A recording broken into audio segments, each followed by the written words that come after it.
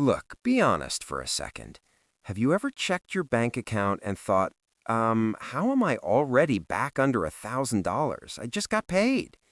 Because I remember when my account used to hover around zero. Not invested, not strategic, just zero. Maybe a couple $100 if it was a good week. And what's crazy is this. The stress didn't come from being broke. The stress came from knowing that one small problem, one car issue, one medical bill, one random life thing would completely wipe me out. No buffer, no breathing room, no control. And then one day, for the first time ever, my account crossed $5,000, and I thought it would feel nice. What I didn't expect was that it would feel different, not richer, not impressive, different. My decisions changed, my sleep changed, my confidence changed. The way I looked at money changed. And years later, when I eventually crossed much bigger numbers, 10,000, 25,000, even 50,000, none of them rewired my brain the way that first $5,000 did. And today, I want to explain exactly why. My name is Wenz, and I spend way too much time thinking about money, behavior, and how small financial milestones quietly control your entire life.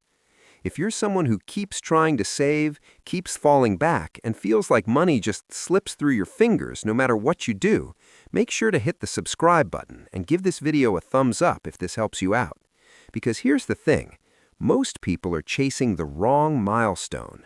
They think the real change happens at $50,000 or $100,000 or when investing really starts.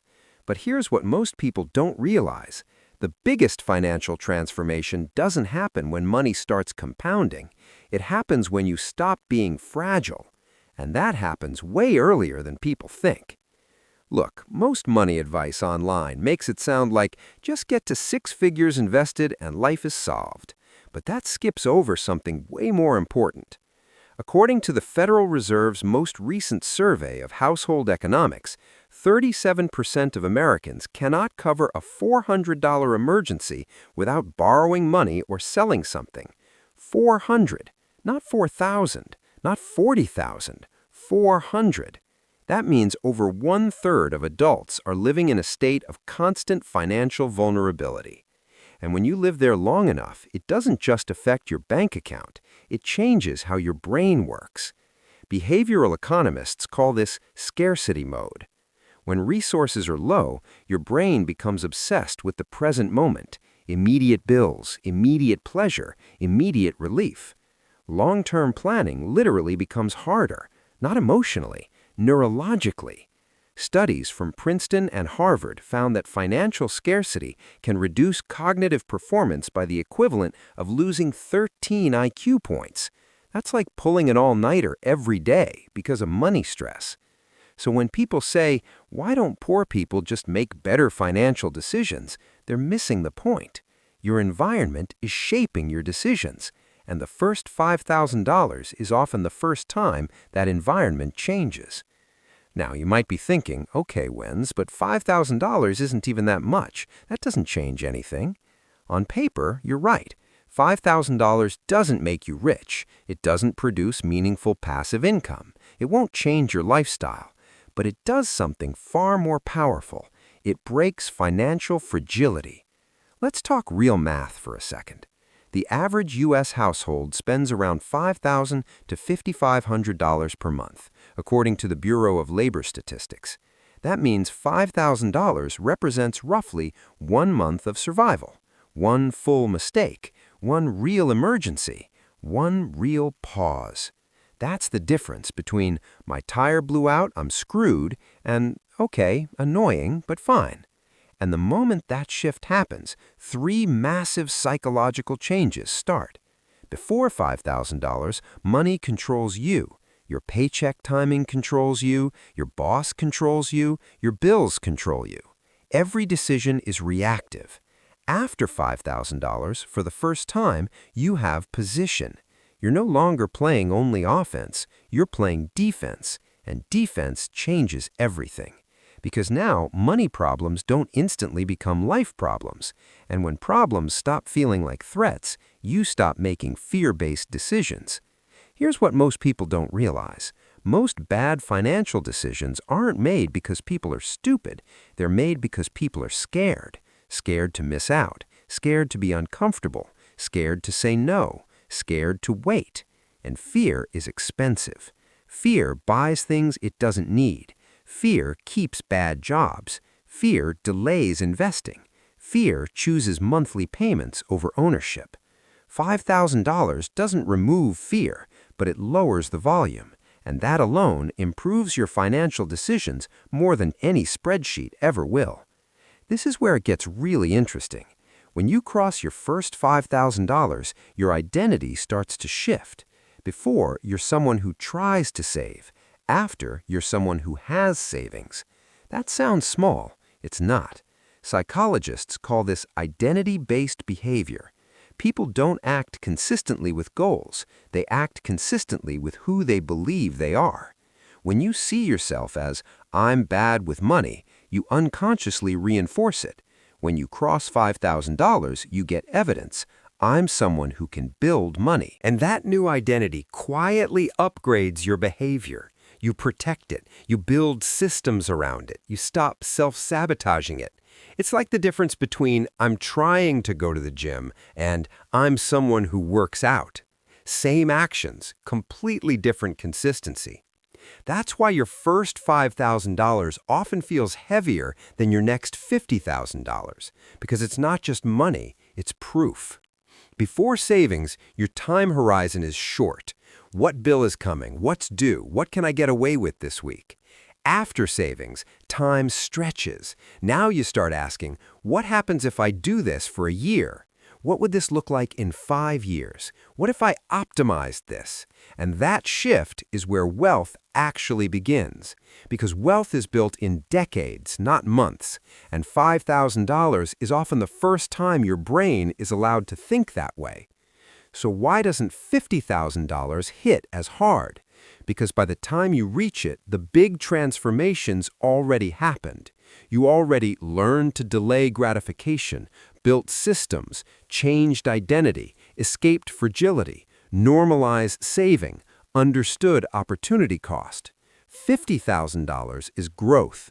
$5,000 is evolution. One is adding numbers, the other is changing behavior, and behavior is what compounds. Let me tell you a quick story. 2 people, same city, same income, same bills. Person A lives at $300. Person B has $5,000 saved. Person A's car breaks down. They panic. They put it on a credit card. They skip something else. They stress. They grab convenience food. They pick the 24-month payment option. Person B's car breaks down. They pay. They're annoyed. They move on. But what happened underneath is the real story. Person A reinforced a cycle. Person B protected a system. Multiply that by 50 events a year. That's how wealth gaps open. Not through investing returns, through decision quality. Now let's talk about the actual math side. If you build $5,000 from zero, you had to create margin, control, and a surplus. And surplus is the only thing that ever creates wealth. If you make $60,000 and spend $60,000, your income is irrelevant. The first $5,000 proves you can generate surplus. And once surplus exists, everything becomes possible. Investing, business, skill stacking, risk, negotiation, mobility. $50,000 is just what happens when surplus runs long enough. Now you might be thinking, okay, but what if I can't even get close to $5,000? Good.